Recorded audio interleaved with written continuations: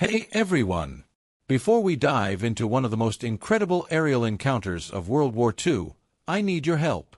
If you love aviation history and stories of courage in the skies, smash that like button and subscribe to the channel.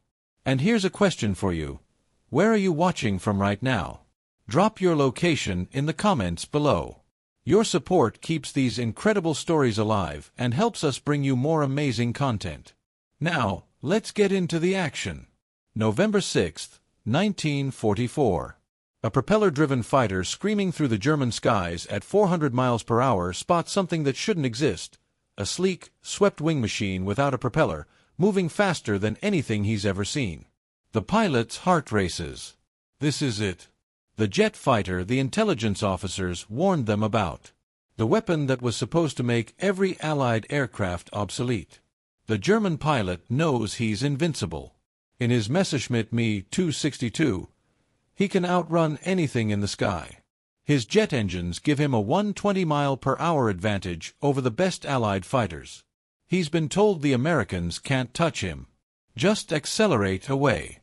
Simple. But Captain Chuck Yeager in his P-51 Mustang doesn't give up. He doesn't turn back. Instead, he does something the German engineers never anticipated. Something that defies the logic of their technological superiority. By the time the sun sets that day, the invincible jet will be smoking wreckage on a German airfield, and the shocked Luftwaffe High Command will be frantically rewriting their tactical manuals. How did an obsolete propeller plane defeat the future of aviation? Stay with us to find out. 5. Introduction. 400 words. The autumn of 1944 was a desperate time for Nazi Germany. The Thousand-Year Reich was crumbling on all fronts. Soviet armies hammered from the east, crushing German divisions with overwhelming numbers. In the west, Allied forces had liberated France and were pushing toward the Rhine. But perhaps nowhere was Germany's desperation more evident than in the skies above the fatherland. Every day, hundreds of American heavy bombers, flying fortresses and liberators, thundered across German airspace, escorted by swarms of fighter aircraft. They pounded factories, oil refineries, railway yards, and cities with impunity. The once mighty Luftwaffe, which had terrorized Europe in the early war years, was being systematically destroyed. Experienced pilots were dead or captured. Fuel was scarce. New recruits went into combat with barely enough training to take off and land. But Germany had one last card to play. The Messerschmitt Me 262 Schwalbe, or Swallow. It was a revolutionary aircraft, the world's first operational jet fighter. Powered by twin Junkers Jumo 004 turbojet engines, it could reach speeds exceeding 540 miles per hour, faster than any propeller-driven aircraft in existence. Armed with 430mm cannons, it packed devastating firepower. When it slashed through bomber formations, it was like a shark among goldfish. The Me 262 represented a quantum leap in aviation technology. It was faster, more powerful, and more futuristic than anything the Allies possessed. German propaganda touted it as the miracle weapon that would sweep the skies clean of enemy aircraft. Luftwaffe pilots who transitioned to the jet felt invincible. For the first time in months, they had an advantage. But the Americans flying P-51 Mustangs weren't impressed by German propaganda. These were veteran fighter pilots, men who had survived hundreds of combat hours, who had learned their craft in the crucible of air combat over Europe. They had seen Germany's wonder weapons before. The Mustang pilots knew something the German engineers didn't fully appreciate. Dogfights aren't won by speed alone. The P-51D Mustang, powered by the legendary Packard-built Rolls-Royce Merlin engine, was perhaps the finest piston engine fighter of World War II. With a top speed of 437 miles per hour, it was indeed slower than the jet. But it was also more maneuverable, had better acceleration at combat speeds, longer range, and was flown by pilots who understood both its strengths and the jet's weaknesses. The stage was set for an epic confrontation. The P-51 Mustang's journey to legendary status began almost by accident. In April 1940, the British Purchasing Commission desperately needed fighters as Nazi Germany rampaged across Europe. They approached North American Aviation to build Curtiss P-40 Warhawks under license. But J.H. Dutch Kindleberger, North American's chief designer, had a better idea. Give us 120 days, and we'll design something superior from scratch. The result was extraordinary. Using experimental data from the National Advisory Committee for Aeronautics, Kindleberger's team created a fighter with a revolutionary low-drag laminar flow wing and an efficient cooling system. The NA-73X prototype first flew on October 26, 1940, just 149 days after the design began. Initially powered by the Allison V12 engine, the early Mustangs showed promise at low altitudes but struggled above 15,000 feet. British test pilots at the Air Fighting Development Unit at Duxford saw the aircraft's potential and suggested fitting it with the Rolls-Royce Merlin engine, the same power plant that made the Spitfire legendary. The transformation was miraculous. The Merlin's two-stage supercharger gave the Mustang outstanding performance at all altitudes. By late 1943, Merlin-powered P-51 BS and CS were escorting American bombers all the way to Berlin and back, something previously impossible. The definitive P-51D variant arrived in mid-1944, featuring a bubble canopy for superior visibility and 6.50 caliber machine guns. With external drop tanks, it had an operational range exceeding 1,600 miles. The Mustang could escort bombers anywhere, fight at any altitude, and outmaneuver most German fighters. Meanwhile, Germany had been developing jet propulsion since the late 1930s.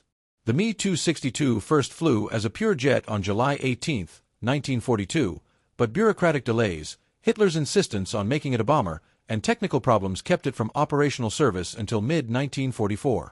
When it finally reached combat units that summer, it represented a technological marvel and Germany's last hope.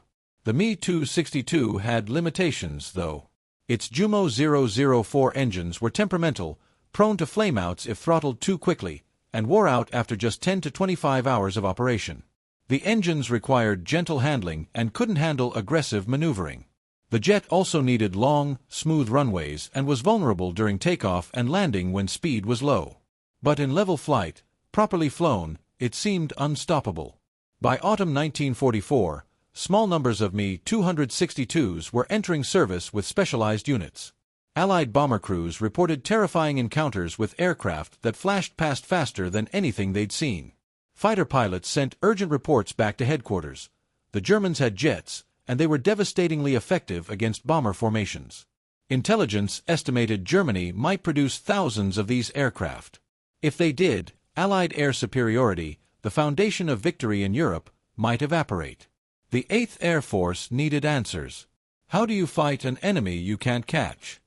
German propaganda built the Me-262 into a mythical weapon. Newsreels showed the sleek jets leaving propeller planes behind. Radio broadcasts promised that swarms of jets would soon clear the skies of terror bombers. Pilots transferring to Me-262 units received congratulations. They were joining an elite force with an unbeatable weapon. Major Walter Nowotny, a Luftwaffe ace with over 250 victories, took command of Commando Nowotny, the first operational Me-262 fighter unit, in September 1944. His reputation was legendary, and expectations were sky-high. When Nowotny's jets engaged American formations, they proved devastatingly effective against bombers. The 30mm cannons could destroy a B-17 with just a few hits. Bomber gunners, accustomed to tracking slower propeller aircraft, couldn't lead the jets properly. The Me-262s would flash through formations, leaving burning aircraft in their wake, then accelerate away before escorts could respond. But reality was more complex than propaganda. The Me-262 was a maintenance nightmare. Those revolutionary jet engines required constant attention. Mechanics worked around the clock keeping aircraft serviceable, but often only a handful of jets were operational at any given time. Fuel was increasingly scarce as Allied bombers destroyed German oil refineries. Inexperienced pilots struggled with the jet's quirks. It had a slower acceleration than piston engines at combat speeds, required different combat tactics, and was unforgiving of pilot error. More critically, the jets had to land eventually. And landing meant slowing down, lowering gear, and following a predictable flight path.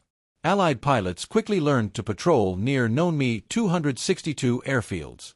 Lieutenant Urban Drew of the 361st Fighter Group scored the first confirmed Me-262 victories on October 7, 1944, by catching two jets during takeoff at Akmer Airfield. The jets, still building speed with their gear down, were sitting ducks. American intelligence analyzed every encounter, distributing tactical bulletins to fighter groups. Don't chase the jet in level flight, you can't catch it. Wait for it to turn, it bleeds energy quickly in turns.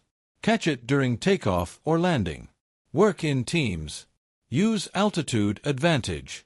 The myth of invincibility began to crack. German pilots found the jet exhilarating but also frustrating. In theory, they could dictate every engagement, attack at will, disengage at will. In practice, they had to worry about fuel consumption, engine limitations, and increasingly aggressive American fighters who refused to be intimidated. The psychological advantage the jet was supposed to provide began eroding as German pilots realized the Americans were learning fast. By November 1944, the cat-and-mouse game between jets and Mustangs was intensifying. Both sides were adapting, learning, and refining tactics. The Germans tried to protect their airfields with heavy flak concentrations, but this didn't stop determined American pilots. The Allies developed rat racing tactics, keeping flights of Mustangs at medium altitude near jet bases, ready to pounce. The invincible jet was proving very vincible indeed. But the Luftwaffe still believed speed would prevail. They hadn't yet met pilots like Chuck Yeager. November 1944 brought cold, gray skies to central Germany. Low clouds frequently obscured the ground, making navigation challenging and providing cover for aircraft darting between cloud layers. The weather was typical for late autumn in northern Europe, overcast, damp, with occasional breaks of weak sunshine between storm systems. German fighter bases were scattered across what remained of the Reich's territory, often hastily constructed or repaired after Allied bombing raids. These airfields were both sanctuaries and prisons for Me-262 pilots. The jets required long, smooth concrete or asphalt runways, much longer than conventional fighters needed. This made suitable airfields relatively rare and predictable. Allied intelligence tracked them carefully. One such base was near Osnabrück in northwestern Germany, home to elements of Kommando Neuatnie. The field was ringed with flak batteries, 88 mm and lighter automatic weapons, positioned to create a steel curtain through which no enemy aircraft could pass. Or so the theory went. In reality, the flak was only effective if gunners had time to track incoming fighters. A Mustang diving from 20,000 feet at full throttle gave them seconds to react. The surrounding terrain was typical of the region, relatively flat farmland with scattered woods, small villages, and the occasional industrial complex. Rivers and canals crisscrossed the landscape. Roads were packed with military traffic, trucks, staff cars, horse-drawn wagons, troops moving to the front.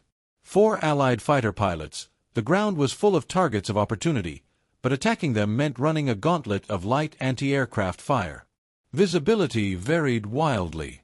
Some days offered crystalline clarity where pilots could see for 50 miles.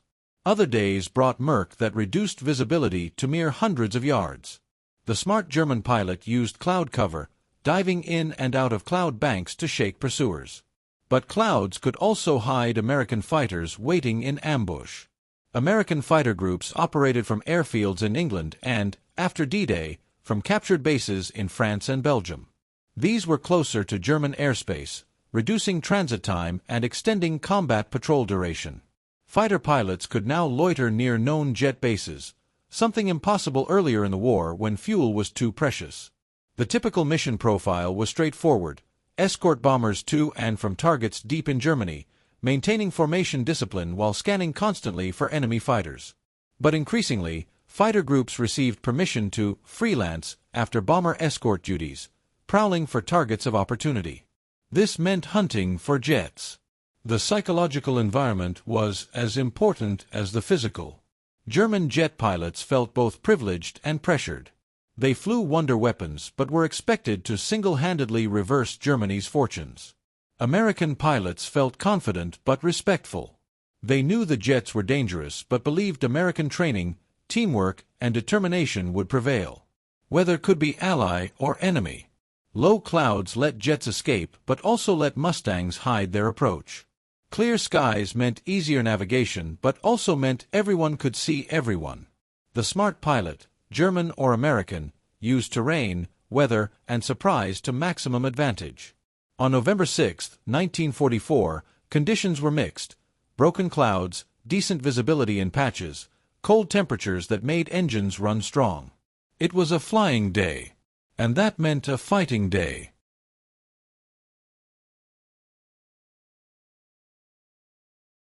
Captain Chuck Yeager lifted off from Leiston Airfield in eastern England before dawn, his P-51 Mustang, glamorous Glen 3, running smoothly.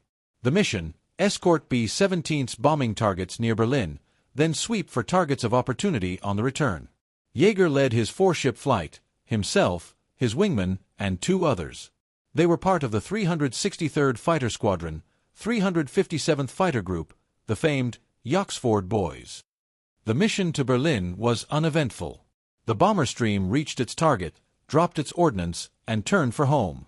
German fighter opposition was light. Most Luftwaffe units were hoarding resources or had been destroyed in previous battles. But somewhere out there were the jets. Everyone knew it. The question was when and where they'd appear. On the return leg, Yeager's flight separated from the main formation, dropping to lower altitude to look for ground targets. This was standard procedure: maximize the mission's value, keep pressure on the enemy. They were over northwestern Germany, perhaps 60 miles from the Dutch border, when Yeager's sharp eyes caught movement. There, below and to the right, an aircraft without a propeller, gear down, on final approach to an airfield. An Me-262. Yeager's heart rate spiked. This was it. His first encounter with a jet. Every briefing, every intelligence report had emphasized how dangerous these aircraft were. But right now, that jet was vulnerable, slow, predictable, descending toward its runway. Yeager didn't hesitate.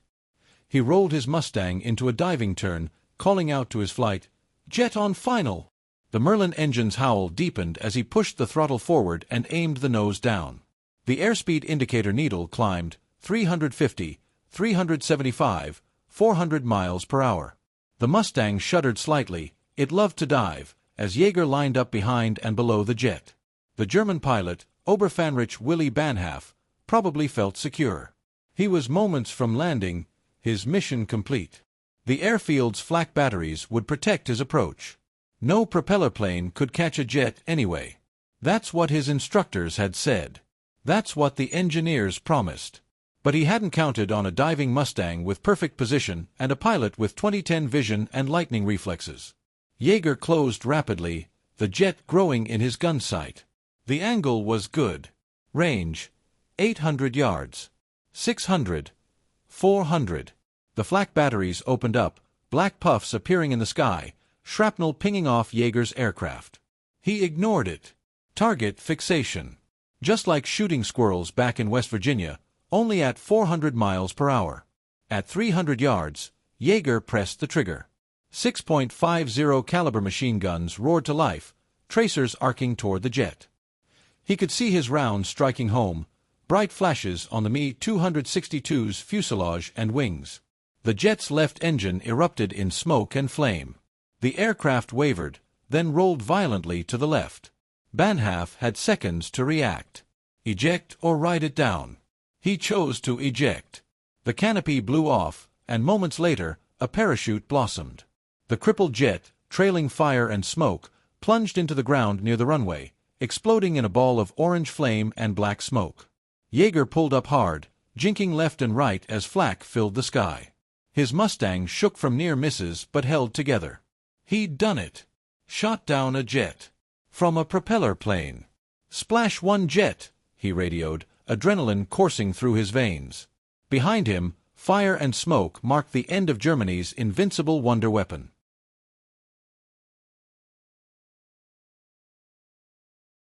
What Yeager accomplished that day wasn't luck. It was the application of tactical principles that American fighter pilots were rapidly developing through trial, error, and analysis of jet encounters. The Me-262 was faster, but speed alone doesn't guarantee survival in aerial combat. Understanding this required understanding energy management, angles, and human psychology. First principle: the jet speed was both advantage and disadvantage. In level flight or gentle maneuvers, The Me-262 could leave any propeller plane behind. But speed requires energy, and building energy requires time and altitude. A jet on approach to land has no energy reserve. It's slow, gear and flaps down, following a predictable flight path. It's defenseless. Second principle, diving Mustangs could briefly match or exceed jet speed. Gravity is free energy. A P-51 starting at 20,000 feet diving toward a target at 5,000 feet could reach 450 to 500 miles per hour, competitive with a jet in level flight. The trick was timing. Hit the jet when it couldn't maneuver, when its speed advantage was nullified. Third principle, jets couldn't turn. More precisely, the Me-262 had a much larger turning radius than the Mustang. Those early jet engines produced relatively poor thrust at low speeds. When a jet pilot pulled into a hard turn, the aircraft bled energy rapidly. The Mustang, with its lower wing loading and responsive controls, could turn inside the jet, cutting across the circle to achieve a firing position. American pilots developed specific tactics. Airfield patrol, position flights at medium altitude, 15,000 to 20,000 feet, near known jet bases. When a jet takes off or returns, it's vulnerable. The bounce, use altitude advantage to dive on jets, matching their speed briefly while attacking. The scissors, if engaged by a jet, make a hard turn. If the jet follows, it's a mistake, its energy bleeds quickly, and the fight becomes equal. Teamwork, never fight alone. One Mustang distracts while another attacks. Jets facing multiple threats struggled with situational awareness. German pilots had their own tactics, though desperation increasingly drove their decisions. Boom and zoom, attack bomber formations from high altitude, slash through with guns firing, then use superior speed to escape before escorts react. Cloud dancing, use weather to advantage, appearing and disappearing unpredictably. Fuel conservation, the Me-262's operational radius was limited. Pilots had to conserve fuel for combat and return. But German tactics often failed against determined, well-trained Americans. Yeager's successful engagement demonstrated several critical points. He used intelligence, knowing where jets were based. He positioned himself advantageously, high and upwind. He recognized opportunity, the vulnerable approach phase. He executed precisely, closing fast, firing accurately, evading flak. The technology was less important than the tactics. The P-51 wasn't better than the Me-262 in pure performance. But flown by skilled pilots using sound tactics, it was more than competitive. The Mustang pilots weren't trying to outrun jets, they were outthinking them.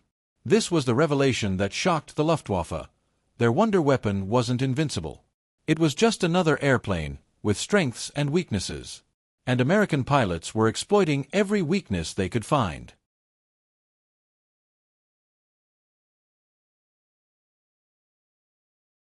The psychological impact of Mustangs defeating jets rippled through both air forces like shock waves. For the Germans, it was devastating. For the Americans, it was empowering. Before jet encounters began, German propaganda had built the Me-262 into a psychological weapon as much as a physical one. Luftwaffe pilots transitioning to jets were told they were joining an elite fraternity, flying aircraft that would dominate the skies. The unspoken message: salvation, redemption, victory snatched from defeat's jaws. After years of being hammered by Allied air superiority, here was hope. But hope is fragile. Each jet shot down by a propeller plane cracked that hope. When Banhaf bailed out over his own airfield, his comrades watching from the ground witnessed their technological advantage erased by guts and skill. Morale suffered. Some German pilots became more cautious, less aggressive, undercutting the jet's offensive potential. Others became reckless, trying to prove the superiority they'd been promised, which often got them killed. The death of Major Walter Nowotny on November 8, 1944, just 2 days after Yeager's first jet kill, was particularly crushing for German morale. Nowotny, with 258 aerial victories, was a national hero, a living legend.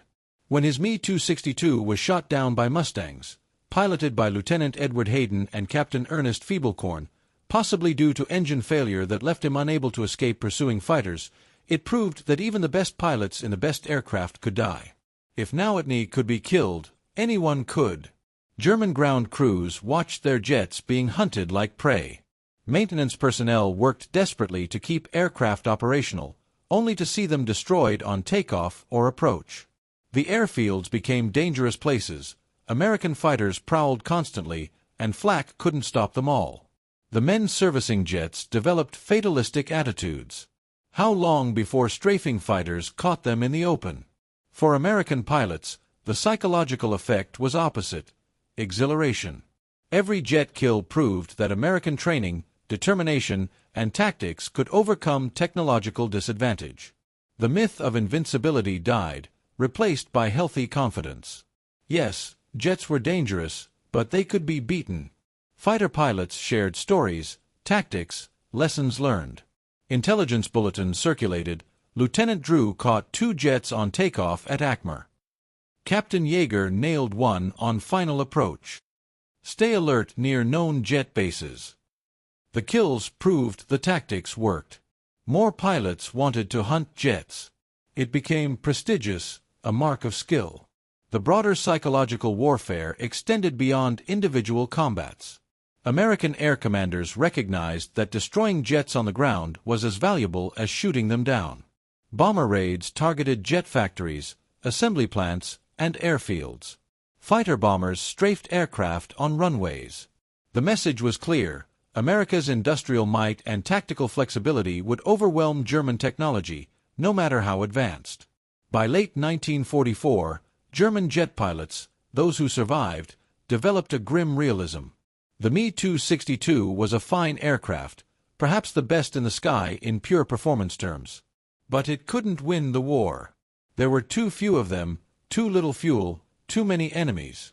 The Mustang pilots, meanwhile, knew they'd mastered the challenge. The jet was just another target, formidable but not invincible. The Air War's statistical reality was brutal. Between summer 1944 and war's end in May 1945, Germany produced approximately 1,400 Me-262s. Of these, only about 200 to 300 saw active combat service. The rest were destroyed on the ground by bombing, strafing, or sabotage, or never reached operational units due to fuel shortages, parts unavailability, or pilot shortages. Me-262 pilots claimed over 500 Allied aircraft destroyed, an impressive tally given their limited numbers and operational constraints. But the cost was steep. Allied fighters, predominantly P-51 Mustangs and P-47 Thunderbolts, destroyed dozens of jets in air combat. Ground fire brought down others. Operational accidents, engine failures, landing mishaps, fuel exhaustion, claimed still more. The attrition rate was unsustainable. Specific losses illustrated the jet's vulnerability. On November 2, 1944, 3 Me-262s were shot down by Mustangs. On November 4, 3 more fell. On November 8, Nowotny died. The pace continued. By war's end, American fighter pilots had claimed approximately 100 jet victories in air combat.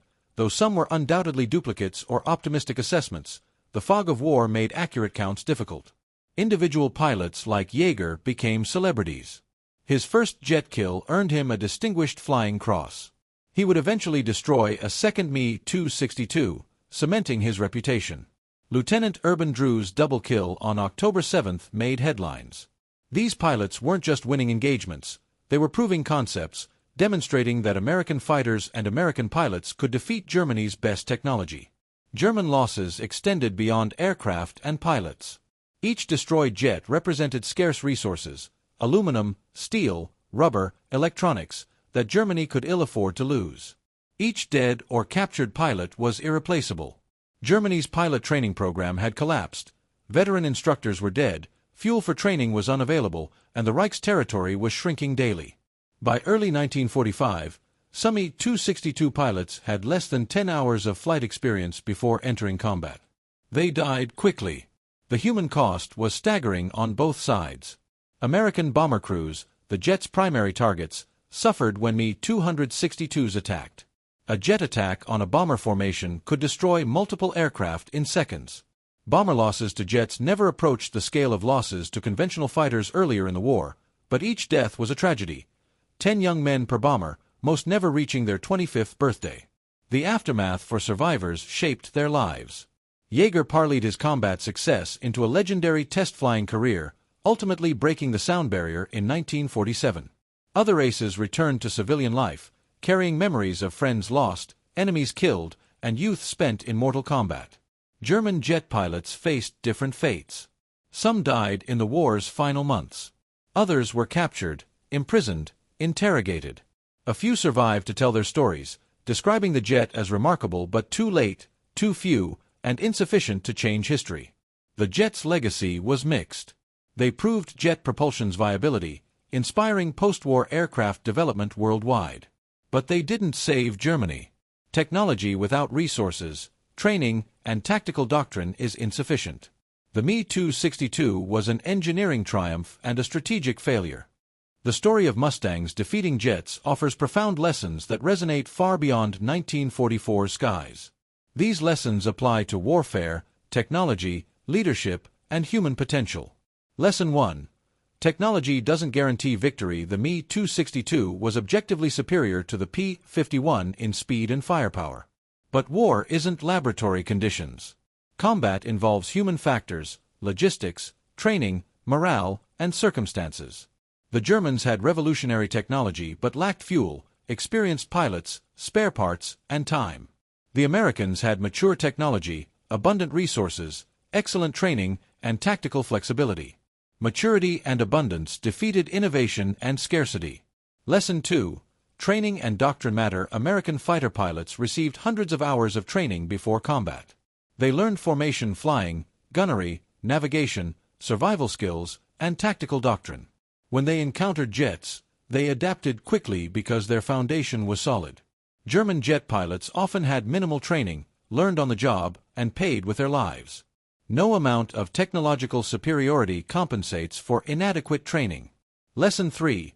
Teamwork beats individual brilliance. Even ace German pilots in superior aircraft struggled against coordinated American formations. The finger four formation used by American fighters allowed mutual support, flexibility, and protection. Jets operating alone were vulnerable. The lesson: warfare is a team sport. Individual heroics matter less than coordinated effectiveness.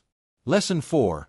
Exploit vulnerability. American pilots didn't try to fight jets on the jet's terms. They didn't chase them in level flight. Instead, they identified vulnerabilities, takeoff, landing, turning fights, and exploited them ruthlessly. This required intelligence gathering, tactical creativity, and discipline. The lesson: understand your enemy's weakness, then systematically attack it. Lesson 5. Morale and psychology win wars. The Me-262's psychological impact evaporated once Mustang pilots proved they could defeat it. Conversely, each jet kill boosted American confidence. Wars are won in hearts and minds as much as in skies and battlefields. The side that believes in victory and fights with confidence has an enormous advantage. Lesson 6. Resources and sustainability matter. Germany produced an innovative weapon but couldn't sustain it operationally. America produced thousands of reliable, maintainable fighters and had fuel, pilots, and parts to keep them flying. Industrial capacity and logistical sustainability won the long war. Sprint speed matters less than marathon endurance. The human legacy is equally important. The pilots who fought these battles, German and American, were young men caught in history's maelstrom. Many died. Survivors carried psychological scars alongside memories of camaraderie and courage. They witnessed humanity's capacity for both remarkable achievement and terrible destruction. Chuck Yeager's encounter with that Me-262 on November 6, 1944, symbolizes these lessons.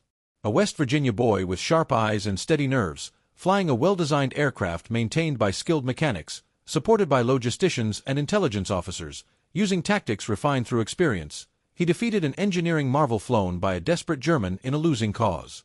The P-51 Mustang's victories over Me-262s weren't miracles. They were the predictable result of superior systems, training, resources, and adaptation. Technology matters, but it's never enough alone. So there you have it, the incredible story of how American P-51 Mustang pilots consistently defeated Germany's revolutionary Me-262 jets despite being obsolete, propeller-driven aircraft. Chuck Yeager and countless other pilots proved that courage, skill, and tactical intelligence could overcome pure technological superiority. This story reminds us that in any challenge we face, whether in warfare, business, or life, it's not always about having the best equipment or resources. It's about how you use what you have. It's about teamwork, adaptability, training, and the refusal to be intimidated by seemingly superior opponents. The Luftwaffe pilots flying those jets were brave men fighting for a lost cause. The American pilots hunting them were equally brave, fighting for liberation. Both sides demonstrated remarkable courage. But the Americans had something more: superior training, better logistics, and the wisdom to exploit their enemies' vulnerabilities rather than engage in futile pursuit of pure technological matching. Here's my question for you. If you were a Mustang pilot spotting a jet for the first time, knowing it's faster than you, would you have had the courage to attack it like Yeager did, or would you have let it go? Drop your thoughts in the comments. And don't forget to like, subscribe, and share this video with anyone who loves aviation history.